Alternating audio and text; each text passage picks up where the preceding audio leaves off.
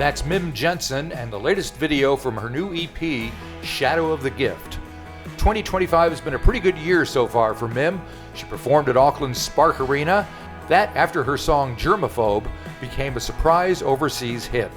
We found Mim in Christchurch and asked her about making this new EP and why it's called Shadow of the Gift. Shadow of the Gift kind of came from a place of, like, when it comes to songwriting for me, like, I feel my favorite part of the process is that I'm able to gather more information about myself. But generally when I'm writing, you know, a lot of the time it kind of is coming from like a dark place inside, or what feels like a dark place inside of myself. But what I realized writing this EP was that I had been viewing these parts of myself as kind of scary parts, but once you kind of welcome them and learn more about them, they don't feel so scary anymore, and that's kind of the gift of it, you know. So that's kind of where the title came from. Yeah. Gotcha. Yeah. And this is your second EP, correct? Yeah, this is my second EP. You had one called Emotional Affair a couple of years ago. Yeah. So, and just to get folks a kind of idea who you are, you were born in Brisbane but raised in Christchurch, is that right? Yeah, well, I was born in Brisbane and then I was raised in Nelson with my grandparents. And Nelson, okay. Yeah, and then I moved to Christchurch when I was 12 and I went to live with my mum and my brothers, and I've been here ever since. Had like a little stint in Melbourne, but of course. Came back. And what is your musical upbringing or remembrances or early days like? Well, my mum used to play piano and she actually sang in a choir at her uni in Queensland when I was in her tummy. So she always says that that's why I'm a musician, because apparently when she would sing in the choir, I'd always kick like it was I was enjoying it. Hopefully. Yeah. Yeah. So yeah, I mean, my life was very musical, like because of my mom, and my dad is like, his favorite band's Thin Lizzy, you know. So. Okay. Classic rocker. Yeah, classic rocker my dad is. And then, you know, when I lived with my grandparents, we had like a little Yamaha upright piano, and I'd kind of tinker around on that all the time, and Solid Gold FM would be playing in the background. So yeah, I just remember music just always being around me, and I started having lessons as a kid, and it just kind of all grew from there, really. Right. So was there a point or a thing that kind of made you decide you're more than just an appreciator of music, you can write it and perform your own stuff? Yeah, like I started playing when I was in my primary school rock band. I remember that being like a defining moment. I was like, oh my God, I love this. This is so much fun. And then I just kept doing it, you know, and at high school, I did like a specialized music program at Hagley Community College in Christchurch, and that set me up to then go on and study at Art of Music Arts, which was kind of known as jazz school then. And yeah, I just never stopped. And then I played in a uni band and toured with that uni band. And then after I moved back from Melbourne, I put together Mim Jensen, the solo project. And yeah, I've been taking it probably like way more seriously the last four or 5 years. And do you have like a favorite artist or album or song or anything like that that defines who you are? No pressure, by the way. Oh, that defines who I am? It's hard to say just one. Okay, say a couple. Yeah. I mean, Jeff Buckley has been one of the greatest influences for me. And Adrian Lenker is probably my favorite artist at the moment. I love Big Thief as well. Yeah. But also Fleetwood Mac would be. Oh, okay. Yeah. Everybody seems to love Fleetwood Mac at the moment. They've made some kind of resurgence on everybody's radar. It seems like it, yeah. Everybody's singing Landslide. Yeah. Probably TikTok or something, who knows? Yep, there you go. All right, let's get back to your EP. So it's made up of 6 songs.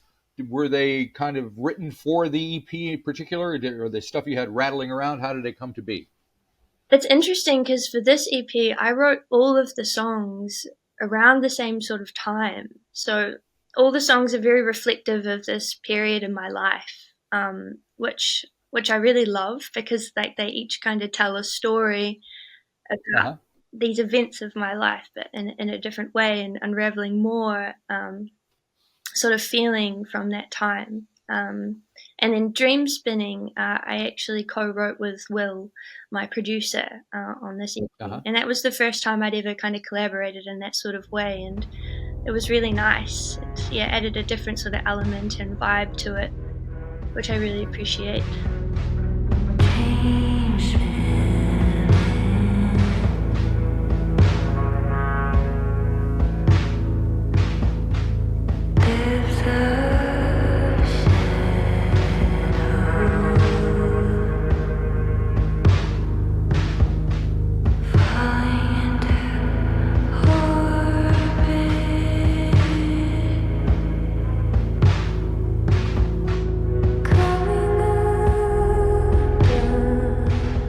What did you and Will talk about before you kind of went into the studio? What kind of sound were you trying to get? What was he bringing to the party? Well, it was really nice working with Will because the most important thing was the song, like what's going to serve the song. Right. But going into this process, I wasn't live tracking like I did in the last EP. That was like a very kind of band focused EP, and we'd been playing those songs live for so long. So like, that was just how we did it.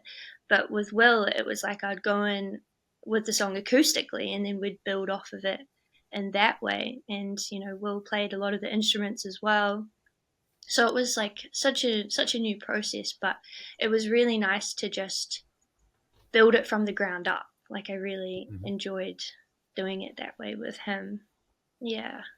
Okay. All right. So the EP opens with a song called "Past Life," which is kind of heavy, at least, especially if you watch the video. So why did you decide that should be the way that you want to introduce what you're doing now? Sometimes I feel selfish, gotta get rich quick, my life depends on it. I've got to trust that it'll be okay, 'cause no one else can do it for me. I'm parked in your driveway, pretending that I'm good at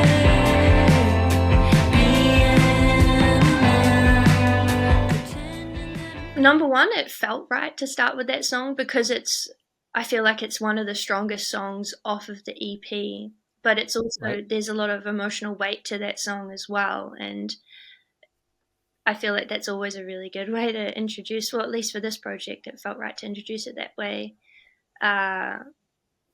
And yeah, Past Life I like it because it's like a double meaning. Which is really cool. It's like, leaving a past version of yourself behind, but also the intensity of feeling like you've known someone before and how that's such a romanticization of the situation. Yeah. All right. And the closing song is called "Safe in Body," which is a bit more upbeat. And is there a video coming for that as well? Yeah, there is. It'll be out this week. Feel safe in my own body. I wanna feel safe in my own body. I wanna feel safe in my own body. I wanna feel safe in my own skin. Safe in Body is probably the happiest song I've ever written. There you go. And after I wrote it, I was like, I finally cracked it. Like, because I find it really hard to write happy music. And I don't know, I'm so grateful to that song because every time I play it, like I feel comforted, and that's the power of music, and that's why I write music, and would love for people to feel the same way, when they listen to it. And that's kind of why I chose to leave it as the closer as well. Gotcha. And I haven't seen the video yet, so I'm excited too. What can you tell me about it? What's going on there? I just really wanted to have just a really happy, fun music video, that just feels really good, because that's how the song feels for me. So it's just a really beautifully shot, good, happy time. Okay. Yeah. Nice. And so are you thinking about what you're going to be doing next? Have you got an album in you? Oh, I do kind of, but but the next project is going to be another EP. So yeah, I'm Okay. back into the studio in June and working on some new tracks. But I have an album under my belt, so it Okay, I'm won't sure be you do. long. And you've had some success overseas and outside of New Zealand as well. So what has that been like for you? Does that get you inspired to do more and get out there and tour the rest of the world? Totally. Yeah, I can't wait to go play music in other countries. Like that's incredibly exciting, and yeah, I want nothing more than to do that. Yeah. Yeah. I've got Have you done any yet? Have you played outside of Australia and New Zealand? Nah, I haven't played outside of Australia and New Zealand, but my biggest fan base is in America, so that's kind of what I want to. And why do you think that is? Because of TikTok. Oh, really? Yeah. Okay, Yeah. that's cool. I didn't even post the TikTok, which is the craziest thing. So how did it happen? The Bun in Chicago posted Germaphobe when I first released it, and he just started like kind of going viral, and I just kind of got to grow with him, and Right, that's kind of how it all started. It's like the power of social media. right. Yeah. Yep. It can be good or evil. You just got to know how to use it. Totally. Yeah. Just like anything else, really. It's the same when the internet came along, 30 years ago, and everybody was like, "Oh, it's going to be the end of the world," blah blah blah, yada yada. It wasn't, of course, but for some people, Yeah. it just depends how you approach it and use it. So, Definitely. Got to be so conscious about it. Hey. Yeah. yep. So, what do you think it's going to be like when you go over there eventually? Have you got plans in place, or is it just still out there in the ether somewhere? Still kind of out there in the ether, but yeah, I hope it goes well. When I find Do you play with a band, or is it solo, or what are your live shows like? I always play with a band. I've done a couple solo gigs and I don't mind them at all, but I think because I've always kind of played in bands, there's kind of this like comfort and security that Sure. comes with playing in a band, and just the energy that you're able to create together is just so special. And thankfully I just have such an amazing team, and I just love playing with them. So that's my favorite way to play is with the band. All right. Yeah. Very good. All right. It sounds like it's all happening. Very exciting. And you're back in the studio, you say, in June. So Yeah. something exciting will happen there too, I'm sure. All righty. Well, hopefully you'll do a gig up here in Auckland again, because I missed you at the She Had show at yeah. the Spark, because I had something else that I had to, it was like 5 things happening at the same time. I got there in time to see the D4, and that was it. Yeah. So, You're great. and that was a close one. So there you go. So yeah, you need to come up here and do your own show. Go hang out at the power station around the corner. You'll love it. It's the best venue around. Definitely. Yeah, I can't wait to come back. If you enjoyed this episode of the 13th Floor's Music Talk series, please be sure to subscribe to the website or to the YouTube channel.